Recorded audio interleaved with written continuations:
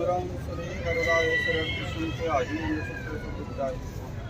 एक बहादुर सिमरे करणों तावे का ही सुखाई हुई सहायक हिम्मत पर्याप्त रखे खुशियां बख्शो। वाहिगुरु जी का खालसा वाहिगुरु जी की फतेह। बोले किसका लगा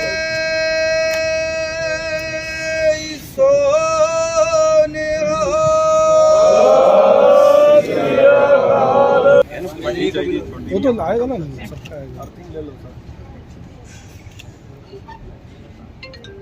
भाभी आओ ना।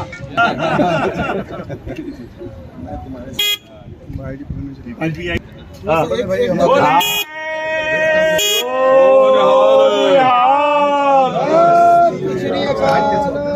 ये बटन श्री अकाल बस हो गया। तो समय पिताजी नहीं थे और मैं माता जी का जो देहांत है चौथी बार जब मैं तीसरी बार जब मैं पार्षद बना उस वक्त माता जी का देहांत हो गया और उस समय जो सैलरी थी जो पार्षद की जो सैलरी थी वो 2500 रुपये से चालू हुई थी और उस 2500 से करते करते अभी जो वेतन है मानदेय है, वेतन नहीं कहा जाता है, मानदेय है, वो 15,000 है।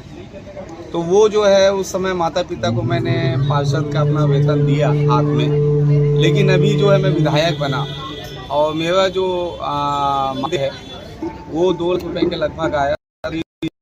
अब आपके हाथ में दूँ लेकिन माता पिता इस दुनिया में नहीं है, तो सबसे पवित्र जगह जहाँ पे ऐसा लगता है कि किसी राशि का अगर सदुपयोग होता है और सही में कोई सेवा भाव ऐसी जगह है इस विश्व में तो वो ये गुरुद्वारा है। और गुरुद्वारा में अगर आप सच्चे मन से कोई भी चीज़ देते हो तो निश्चित रूप से ईश्वर भी आपकी बात को आपको आशीर्वाद देता है।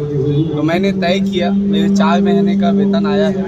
पहला जो है मैं गुरुद्वारे में नेहरू नगर के पवित्र गुरुद्वारे में मैंने यहाँ पे जैसे समिति वालों की मांग थी कि हमें ई बॉडी फ्रीजर को कई लोग आगाध विकाल को कहते हैं कि बॉडी फ्रीजर चाहिए, अचानक कोई गाड़ी नहीं मिलती है और गाड़ी का किराया भी बहुत रहता है क्योंकि डीजल जो है महंगा हो गया है। तो ई रिक्शा की डिमांड थी तो मैंने तत्काल जो है समिति से बात करके 2 लाख रुपए का मैंने ये ई रिक्शा लिया और आज मैंने गुरुद्वारा समिति को इसको मैंने हैंडओवर किया है। और बाकी जो मेरे 3 महीने का वेतन और आया है वो बाबा धाम में मंदिर में जो है झारखंड में है, वो मेरा विधानसभा नहीं है क्योंकि अधिकतर लोगों को लगता है कि सेवा भाव विधानसभा में करें तो कोई स्वार्थ होगा।